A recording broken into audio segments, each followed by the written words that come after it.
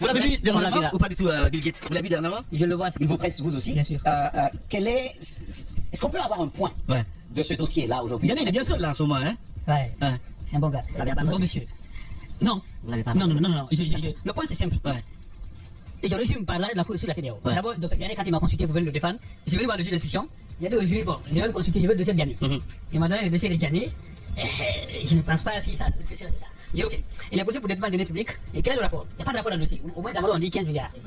Diané, il n'y a aucun montant. On dit, bon, tu as été ministre de 2011 à 2021.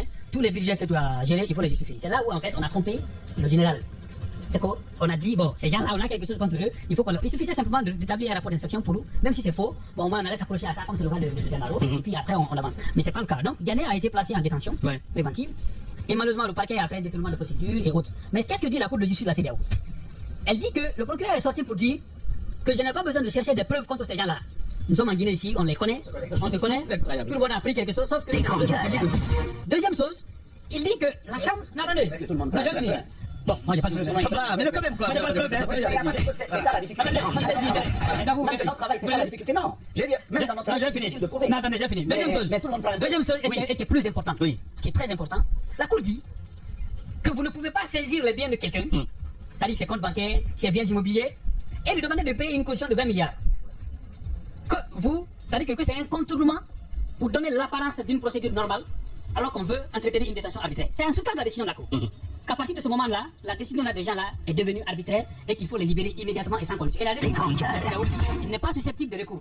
Ça aussi, mais il dit qu'il n'est pas parti. Non, attendez, je vous explique. Voilà, il dit qu'il n'est pas parti. J'ai appris tout à l'heure que le procureur spécial aurait déclaré à la RFI que la Cour de justice de la CEDEAO a ses propres mécanismes d'exécution des décisions de justice. Wow. Oui, ce qu'il dit. Sauf que la Cour dit, j'ordonne la Guinée d'exécuter. Et je demande à la Guinée, 3 mois pour me faire un rapport d'exécution de la décision. Autrement dit, les décisions de la Cour, sur la base de l'article 62 du protocole additionnel, de règle de procédure de la Cour, la décision, elle est exécutoire dans le territoire de l'État parti au traité et nonobstant tout recours.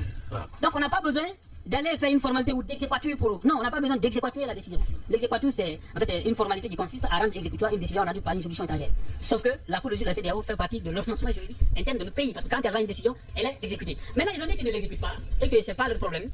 J'ai dit quelque chose. J'ai dit soit c'est par méconnaissance de la règle de droit par le procureur, c'est qui c'est dommage parce que c'est quand même une institution grande, ou soit c'est par mauvaise foi, mais c'est quelqu'un qui a envie de protéger son poste, ça il faut le comprendre. Mais au-delà, nous on a dit c'est simple, on a écrit à tout le monde, aux autorités, au barreau, aux ministres, on dit nous, on suspend notre participation au procès, jusqu'à ce que la décision de la Cour de justice de la CEDEAO soit exécutée.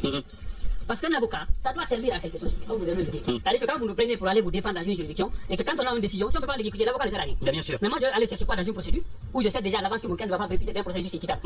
Le meilleur argument pour moi, et la réalité de ça, c'est que j'ai une décision, je ne suis pas en mesure de l'exécuter. Mais je suis désolé. Bien. Maître. C'est le cas pour Kassori également.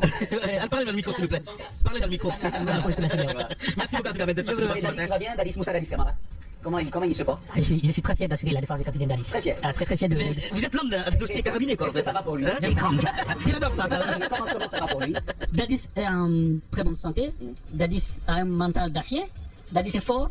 Dadis est prêt à se défendre. La preuve est que beaucoup de présidents n'auraient pas accepté de venir s'expliquer devant son peuple. Il a fait. Il a accepté la confrontation. Une belle flèche quand même, hein. Vous pensez à Konaté? J'ai pas donné quelqu'un. Bien sûr. Beaucoup accepteraient de venir se défendre. Il a fait. Il a pris la responsabilité en bon soldat de venir se défendre devant son peuple de Guinée. Quelle qu'il soit l'issue de la procédure, nous estimons que ça soit favorable. Parce que nos plaidoiries vont le démontrer dans les jours à venir. Parce que nous estimons que si le parquet a décidé, après un an de procès, d'aller dans la réqualification, c'est qu'il n'a pu identifier ni dans ses vidéos, ni dans aucun témoignage que c'est voici à telle personne à qui Dadis a donné des tout ce qu'il m'a envoyé. Mais comment voulez-vous qu'il les envoie alors que eux-mêmes disent que c'est pas moi qui les envoie. Alors qu'il est possible comme si. Je termine avec ça. À l'évidence, vous avez pas mal d'expérience dans le conseil à des clients. Est-ce que Dadis, c'est pas votre plus difficile client?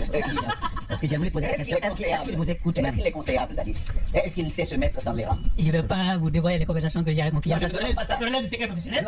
Non, mais vous me demandez si je donne des conseils. Il vous facilite la tâche. Il vous facilite la tâche. Parce qu'à l'entame du procès, on l'a vu avec ses dossiers. Lui-même les a mélangés, mais c'est vous qui l'a accusé. Non, mais avocats, vous avez mélangé les feuilles là. Pourtant, c'est le problème. Mais le premier avocat de l'accusé, c'est lui-même d'abord. D'accord. Non, on vient, n'oubliez pas, l'avocat assiste. Il ne le représente pas. Donc on essaie d'encadrer ce que le client fait. Bien. Tous les clients ont des difficultés. Parce que vous facilitez la tâche. Vous facilitez la tâche. Oui. En tout cas, tout va bien.